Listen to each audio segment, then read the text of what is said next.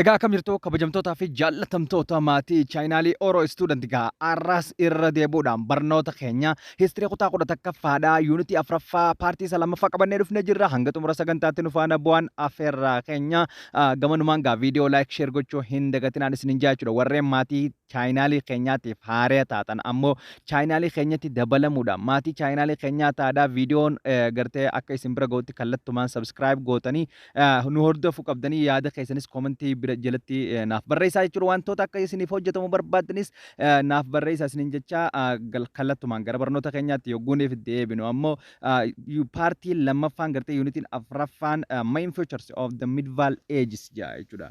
Yookaan gartee amaloota yookaan babbeekamoo main featureoota jiran achi keessatti medieval period keessatti akkuma gartee medieval period yookaan gartee declines of the western civilization gartee party jalqabaa keessatti ilaalletti the result of the declines of the western civilization there are the many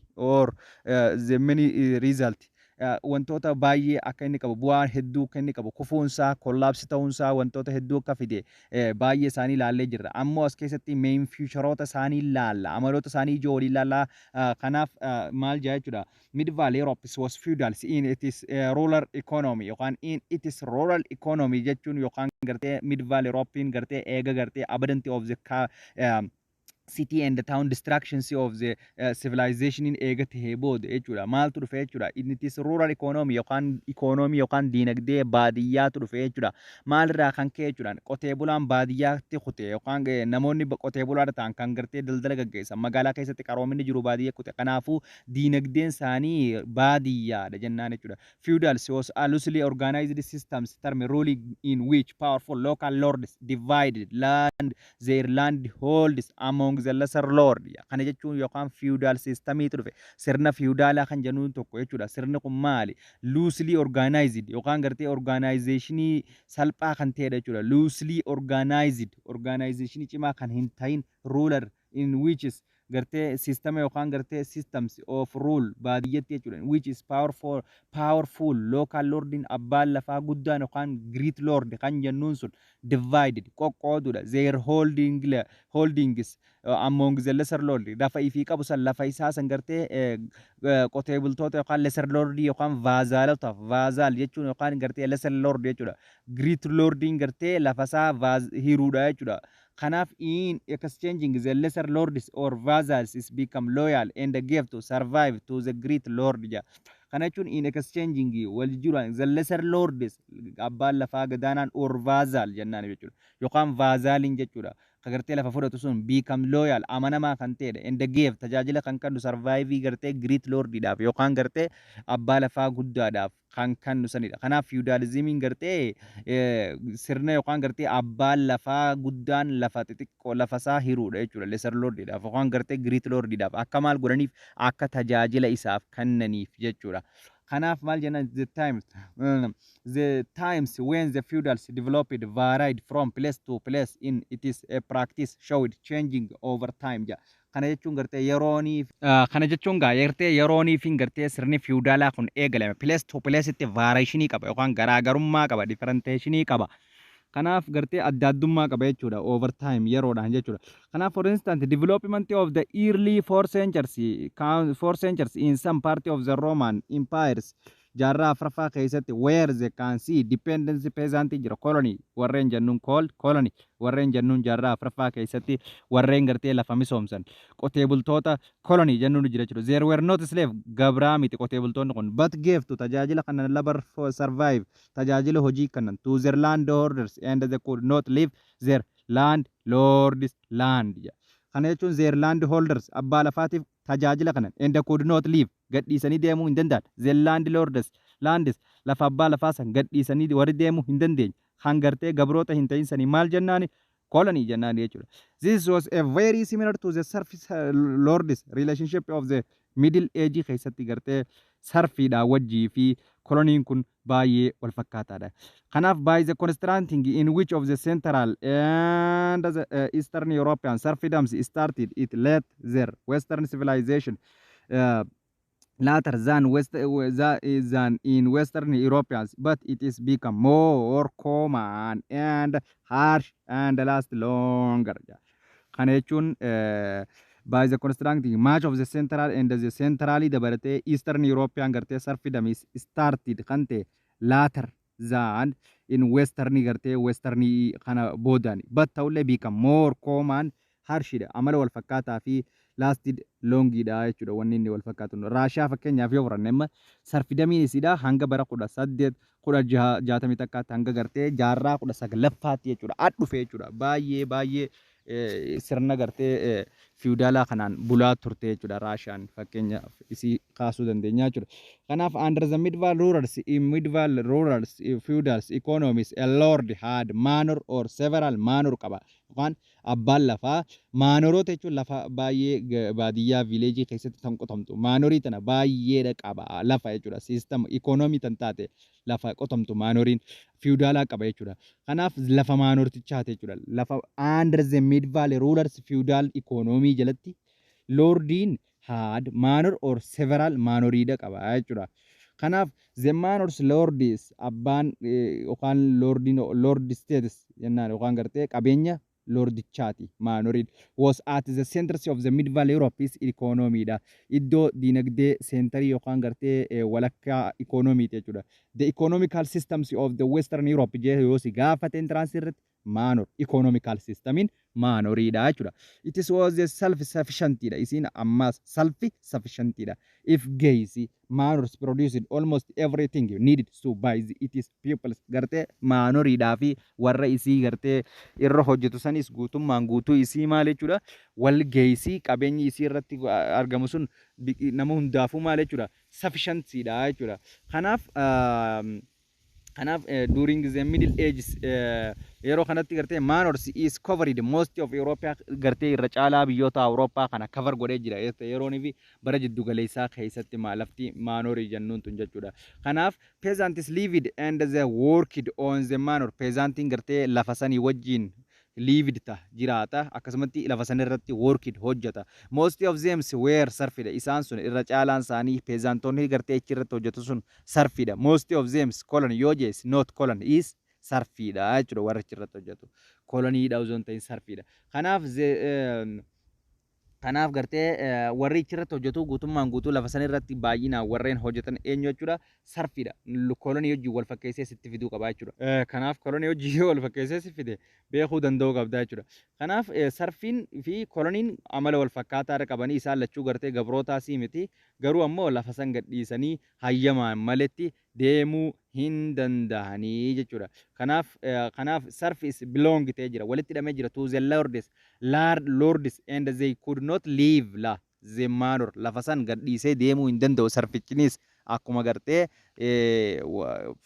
koloniitti jechuudha is not permission gartee hayyama yookaan abbaa lafaatiin malatti if the manor was guaranteed new lords yoonii fi gartee lordichi gartee lafa saasan kanne new lordidhaaf abbaa lafaa haariyaaf kanne the service went to along with it is the lord kept part of the manor under his own direction control jaa kana jechuun naaf midbaal Freddy keessatti ati wanni adda baafachuu qabdu sarfii fi koloniinis gartee lafa gartee akka misoomsan isaan keessaa gartee irra caalaan isaanii akka baay'een isaanii sarfii taate akkasumatti gartee permissionidhaan malee yookaan ayyamaan malee lafa gartee gadhiisanii akka deemuu hin dandeenye sarfiinis baay'ee isaanii gartee adda baafachuu qabda jechuudha kanaaf gartee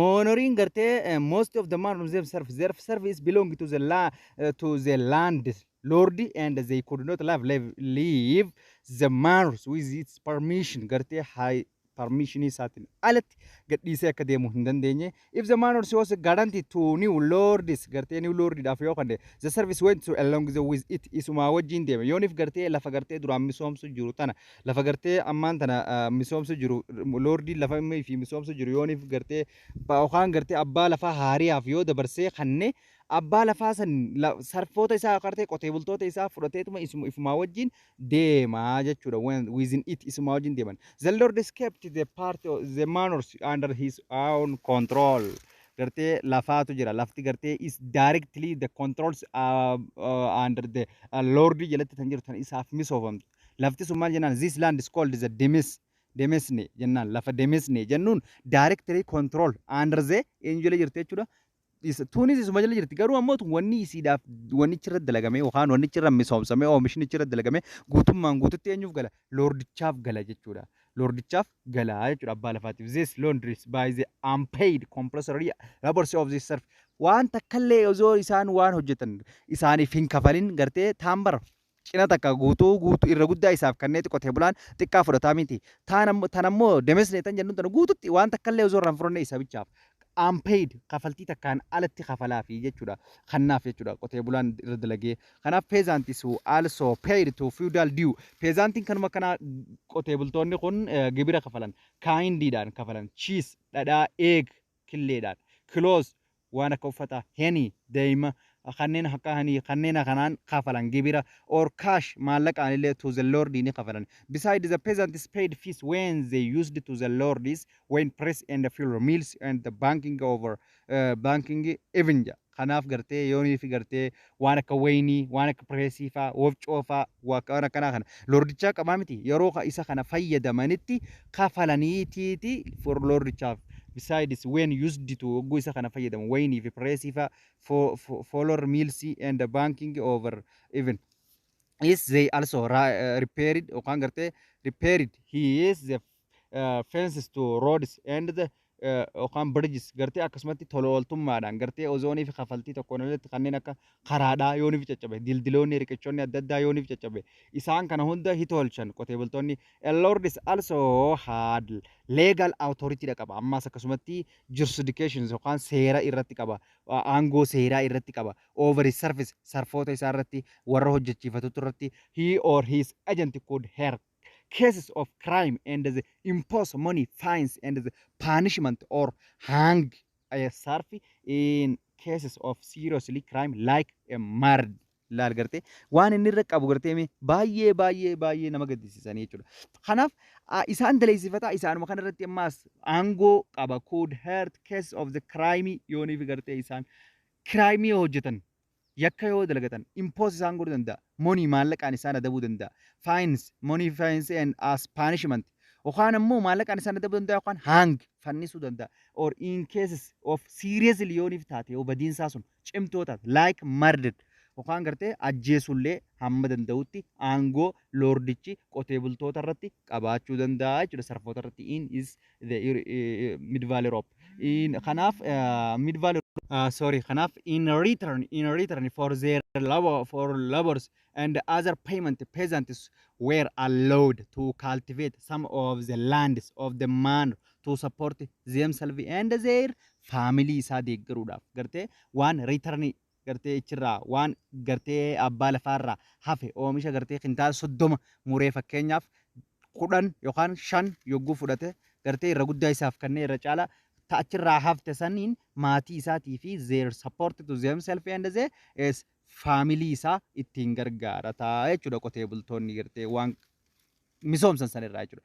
They were also the given periods of period given protections by the lords from the raids or warfare akkasumatti waraanaa fi akkasumatti gartee protectioniidhaanis eegumsa ni godhaniif jechuudha abbaa lafaatiif. Also they were not freely to live lafa san garuu bilisaan gadhiisanii deemuu danda'an the manor isaa without permission hayyama lordichaatiin alatti they could not be forced of the manor gartee dirqisiifamanii gartee irraa humnaan hin deemanii jechuudha.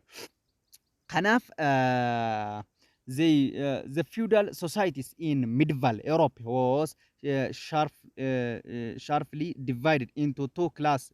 The bikalama qonna ummata achi keessa jiru san privileges on unprivileged jennaan yookaan gartee privilege warreen jennuun warreen sadarkaa olaanaa irra jiran gartee upper class kan jennuun yookaan consist of kingii faa warreen sadarkaa olaanaa qaban nobles sanyii mootii faa warreen nobeloota akkasumatti higher clergy abbootii amantaa gurguddoo higher clergy warreen jennuun abbootii amantaa gurguddoo kana ammaas the knights waraanota unprivileged sadarkaa gadaanaa irra warreen jiran yookaan gartee classes unprivileged classes lower class warreen ta'an composed of the great mass of the peasant of sarfiidha. Irra caalaan isaanii qotee bultoota fi qotee bultoota sarfiiti jechuudha. Qotee bultoota yookaan immoo sarfis warreen jedhan. Hierarchically the positions of the feudal societies were determined by the birth.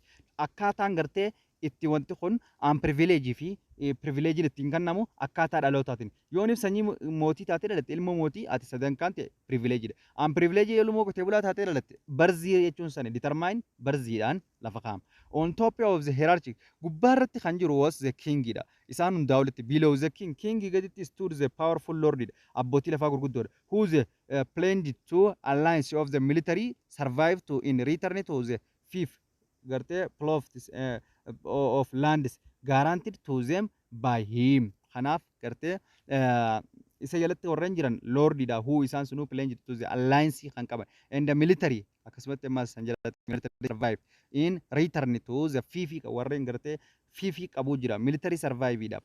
Fifi jechuun lafa gartee guaranteed them by him warreen gartee militariitiif kannamtu jechuudha. Warreen tajaajila waraanaa kannaniif jechuudha. This relationship was called the vassalage jennaan jechuudha. Vassalagein hariiroo isaan jidduu jiru kanaan relationship kanaan maal jennaani vassalage jennaan. Because the king is were weak local lords nobles assumed that the functions of government in the territory isaa keessatti fakkeenyaaf sababaan gartee were weak or local lordin nobles assumed to functionii iggeeffamte. Yoonii fi gartee mootummaan dadhabaa ta'e jechuudha. Kanaaf kingiin yooniif wiikii ta'e local lordin yookaan assume to the functions governmentii irratti deeggarsa godhaa fi ni gargaaraa jechuudha yoo mootummaan humna cimaa hin qabaanne jechuudha abbaan lafaa. Kanaaf they made to law levied taksiillee akkasumatti seera ni baasa. Taksiillee walitti ni qaba. Dispense and justifies haqa akka eegamu ni godha. Waged war gibira wanta mindaa waraanaan ni kafala. The government pupils by their personal he or decides the great lords guaranteed land to lesser lords who were their vassals but more numerous that is them in exchange for alliance and the military survive jechuudha. Kana jechuun great lordin akkuma reefu jennetti great lords guaranteed land lafani kanna to the lesser lordidhaaf who were in sunu their vassal kan jennu san but more numerous that is they exchange in exchange for alliance dhaaf yookaan gartee waliigaltee and the military survive dhaaf ni kannaafi jechuudha. The process could be repeated several times. Yaanni kun adeemsi kun yeroo baay'ee irra deddeebiidhaan kan taasifamu yoo ta'u so that the lesser lords could guaranteed the fifth to the other noble. Kanaaf lesser lordin ammoo lesser lord abbaan lafaa xiqqaan jechuudha kan gartee great lord irraa fudhate. Processni kun repeated several times so that lesser lordin could guaranteed ni kanna lafa ammas the fifth tan jennu to other nobilii biraatiif kan kennuu danda'u ni jira jechuudha. Asirratti hierarchically akkaataa reefu itti ilaalle gubbaa isaanii irratti gartee eenyu jira jechuudha. Churchidha jechuudha. Catholic Church Popeidha jira. Asirratti gartee monarchidha jira mootichaa jira. Akkanatti asirraa ilaaltanii jechuudha. Kun sadarkaa isaan privilege fi unprivilegein akkaataan itti taa'ee jiru jechuudha. Kanaaf the lowest and the most numerous groups of nobles consist the bulk of the feudal army yookaan gartee irra caalaan isaanii maal keessaa qaba feudal army dha waraanota abbaa lafaati. In the early medieval age keessatti cavalry warreen jennu jira becomes increasingly important isaanii waraanummaa keessatti baay'ee cimoo warreen ta'an waraanota fardaa.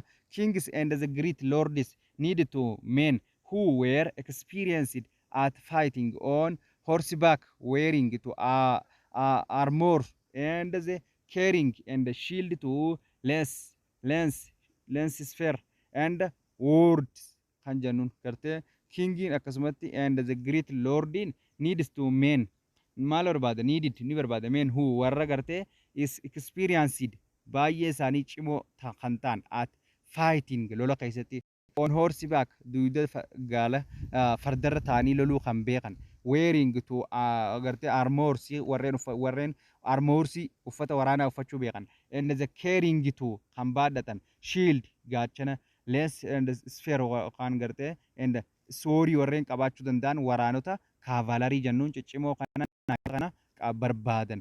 Those men were called knight jennaan isaan kanaan warreen akkanatti efficientii ta'an ciccimoo ta'an kanaan mounted warriorota warreen ta'an jechuudha.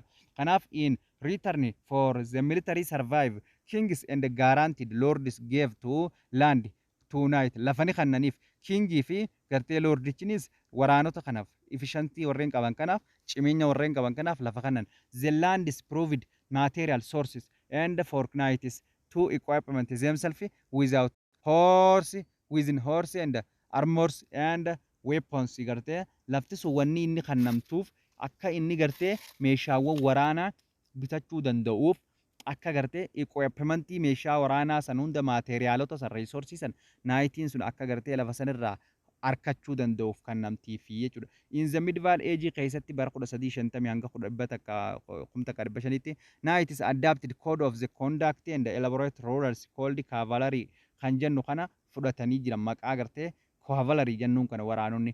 Cavalry is required tonight waraanota barbaachisoodha to be brave and loyal amanamoo warreen ta'an and truth their word jecha dhugaa warreen dubbatan and the warfare they had fighting fairly warreen gartee cimeenyaan loluu danda'an. Warriors also had to treat and captured night well or even release him if he is promised to pay his yookaan gartee ransom. Gartee isaan kun warreen kanaa jechuudha cavalry jechuun. Warreen gartee efficientii baay'ee ta'anii fi warreen ciccimoo ta'aniif humna jabduu kan qabanii fi gartee lafa maal jennuun kannamtuudhaa fi fiif jennuun tan gartee mootichaa fi lordichi kannanii fi akka meeshaawwan waraanaatiin if deeggaranii fi jechuudha. Kanaaf nobles women also played active roles in the medieval period warrior society keessatti waraana keessatti dhalaanis mirgani qabdi jechuudha xiqqoo role gahee qabdi. They lady of manors is took over the duties of her husband or fathers when he was away from the manors for war. Garte yooni fi garte the lady of the manor took bikka maanortichaa buu dandeessi over duty qabdi yookaan dirqama isiirra kaa'ame qabdi or husband bikka abbaasii yookaan gartee or fathers husband bikka jaarsasiitii fi bikka abbaasii buutte gahee qabdi for the manor for a war yoonii fi gartee away from yoonii fi inni gartee haa imalturra jiru taate bikka isaa buutee tajaajila kennuu dandeessi jechuudha. Kanaaf she supervised vassals managed the household and the performance necessary agricultural and medical tax irrattis manage godhuu irratti vaazaalii akkasumatti gartee mana sii bulchuu irratti necessary qabdi agriculturalii bulchuutti medical taxi gartee godhuu irratti bikka inni jirratti gahee guddaa qabdi. Sometimes she might even have to go to war waraana wajjin illee takka takka ni deemti to defend her state isii eeguudhaaf qabeenya isii eeguudhaaf jechuudha. A few medieval nobles women were actively involving to the politically keessatti siyaasa keessatti illee ni hirmaatti during the high yeroonii fi bartee barri jiddu galeessaa yeroo olaanaa irra gaheetti jechuudha. Bara 1350 and the latter illee hanga gartee 1350 hanga 1500 middle fi ozooniif laal gartee early ozoon ta'in haayiidhaa fi leetii irratti gumaacha siyaasa keessatti hirmaachuu dubartiin ni qabdi. Women's rights inheritance where is restricted under the feudal systems. Lands was usually passed to the oldest son in family jechuudha. Sometimes women did heritage fifth, but women is frequently received land as part of heri dowry jennaan jechuudha. Kana jechuun maal jechuudha? Women right qabdi, heritage qabdi, right qabdi. Heritage to were restricted under the feudal system keessatti gartee mirga qabdi, landii qabdi, use passed to eldest of son in family. Gartee yoonii fi gartee isiin mirga islaa furachuu qabdu san gartee lafa dhaaluudhaa qabdu san landis was usually passed to old sanit darba gara ilma guddaatti darbiti. Hertaansiin yookaan dhaaltummaan lafatti qabdu sun in early sometime keessana kanaafuu lafa dharkattu jechuudha isiin. Restricted under feudal system keessatti lafa dhorkamtee jirti jechuudha. Hertaansii isiin qabdu restricted taatee jirti. Under the feudal system keessatti maaliif lafa old sani fudhata ilma guddaa hangaftichaatu fudhata. Kanaaf women did heritage fif lafa nirkatti maas but yeroo akka markatti women frequently received land is a part of the yeroonii fi gabbaartiidhaaniif yeroo heerumaa fa'a